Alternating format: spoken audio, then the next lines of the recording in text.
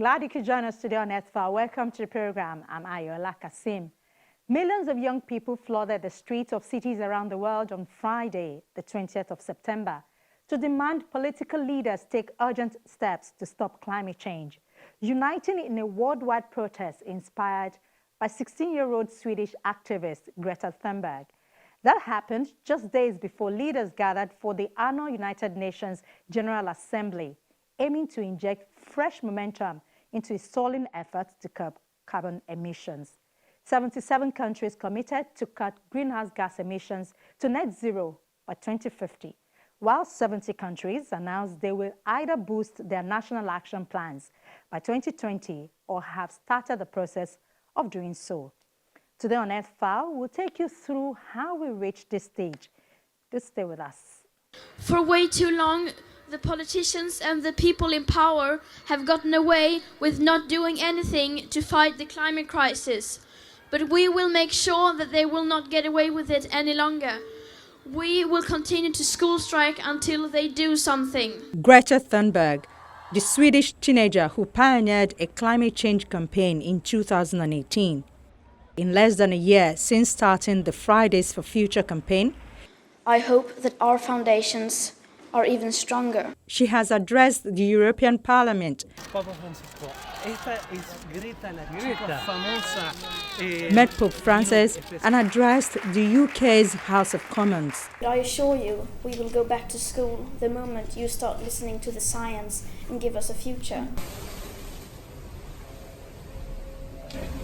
We're currently doing between 20 and 25 knots. Last night we hit 30 knots and we are about 300 miles away from Nova Scotia, and it's very rough and very high waves, and yeah.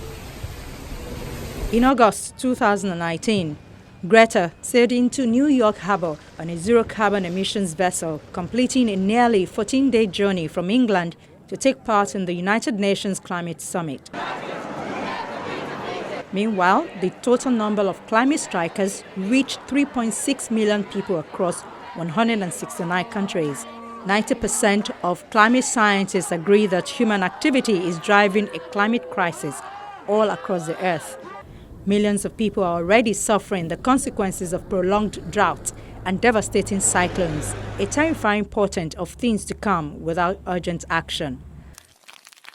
The United Nations Environment Programme estimates that adapting to climate change and coping with damages will cost developing countries between $140 and $300 billion per year by 2030. We are not sinking, we are fighting. So on Friday, the 20th of September, students from the Pacific Islands kicked off the worldwide protest. Children in the Solomon Islands protested on the shoreline, wearing traditional grass skirts and carrying wooden shields in solidarity with the global movement.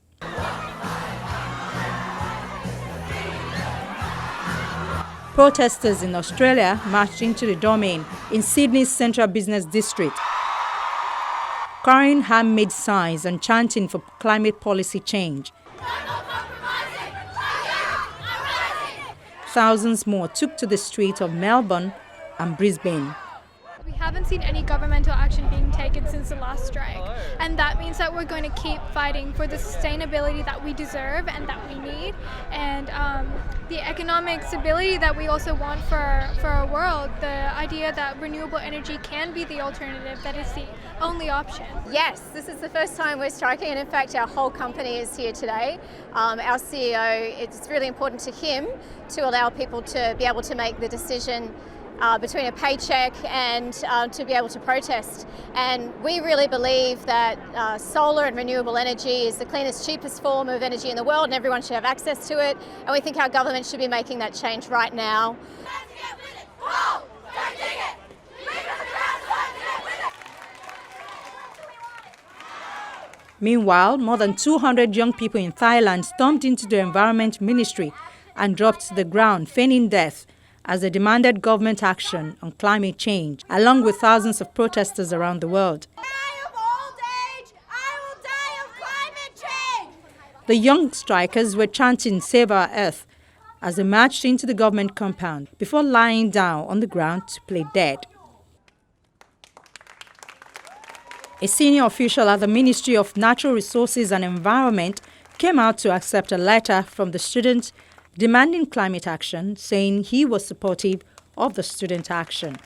A lot of youth can't vote. They don't have decision-making power in, fossil fuel investments or plastic use, But what the youth can do is talk about the problem and make noise about it and demand it from the people who can create a change.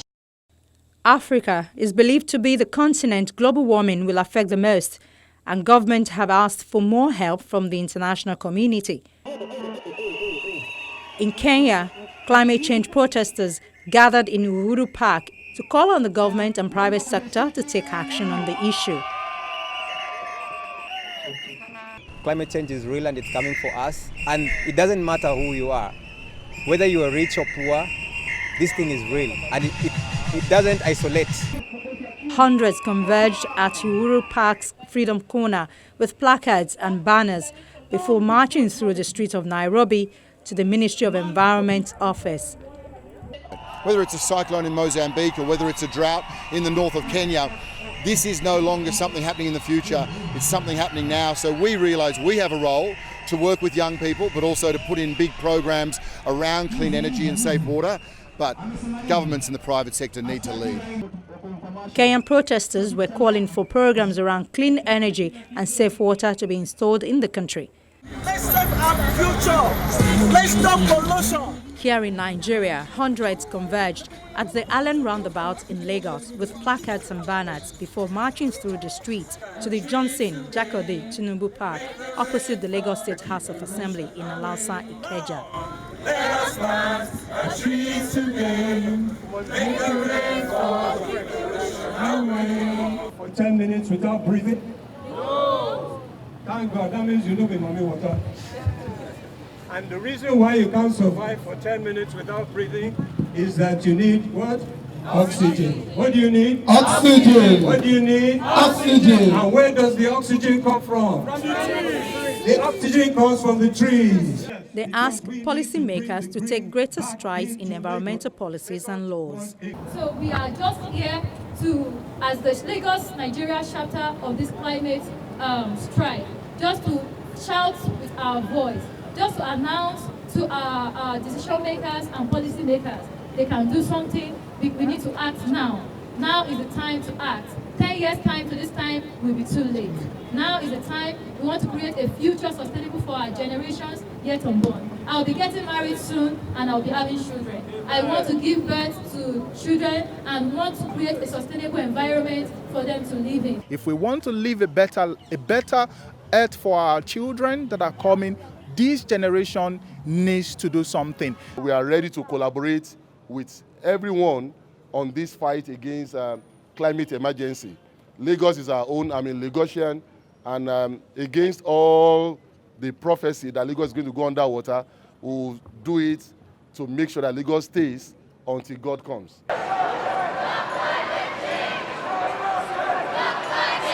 School children from across the United Kingdom skipped class to join the strike.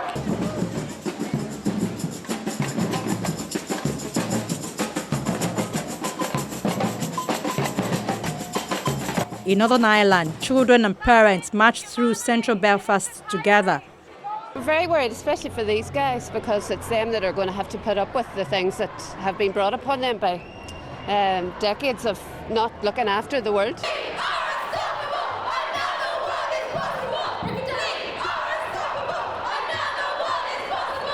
Crowds of people, both young and old, also gathered outside the House of Parliament in London.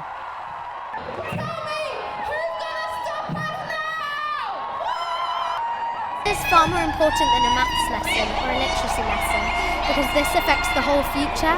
If we just went to school and ignored this, then it doesn't matter whether we've learned much or not, because we probably won't survive in the future. The people who did the least to cause this crisis are going to suffer the most, and I just couldn't live knowing that I wasn't doing anything about that, and that's why I'm here today, to try and fight. The opposition Labour Party leader also hit out at critics. And to those who say that school students and college students should be in college today, I say thank you for being here, for teaching me and everybody else a lesson about the environment. He also took aim at the United States President's decision to withdraw from the Paris Climate Change Agreement, saying all countries need to sign up to the accord. Let's have no more of this hand-holding with Donald Trump. Let's quite simply say that we want every country on board on this, every country fully signed up to Paris and going a lot further than that. Protests took place in cities across the United Kingdom, including Liverpool, Hull, Nottingham and Cambridge. Activists seeking to pressure U.S. politicians to fight climate change blocked major traffic hubs in the country's capital.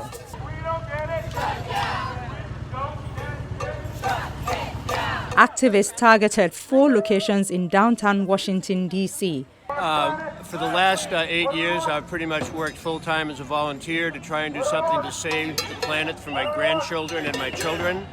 And educating, lobbying, electing people to office has done absolutely nothing. The emissions keep going up, so we've finally, like all other great movements in United States history, we've decided that it's time to do nonviolent direct action on a large scale. This is absolutely ridiculous. We live in a society where this is required. You want to change it? Stop all the vehicles. Stop everything. Go back to living with no lights, living in the Stone Age. That's how we can change it. The protest, called Shut Down DC, was backed by about 24 groups, including the Metro DC chapter of the Democratic Socialists of America, Extinction Rebellion DC, and Black Lives Matter DC. Washington Metropolitan Police said they were equipped to handle a demonstration of any size, just north of the White House at 16th Street and K Street.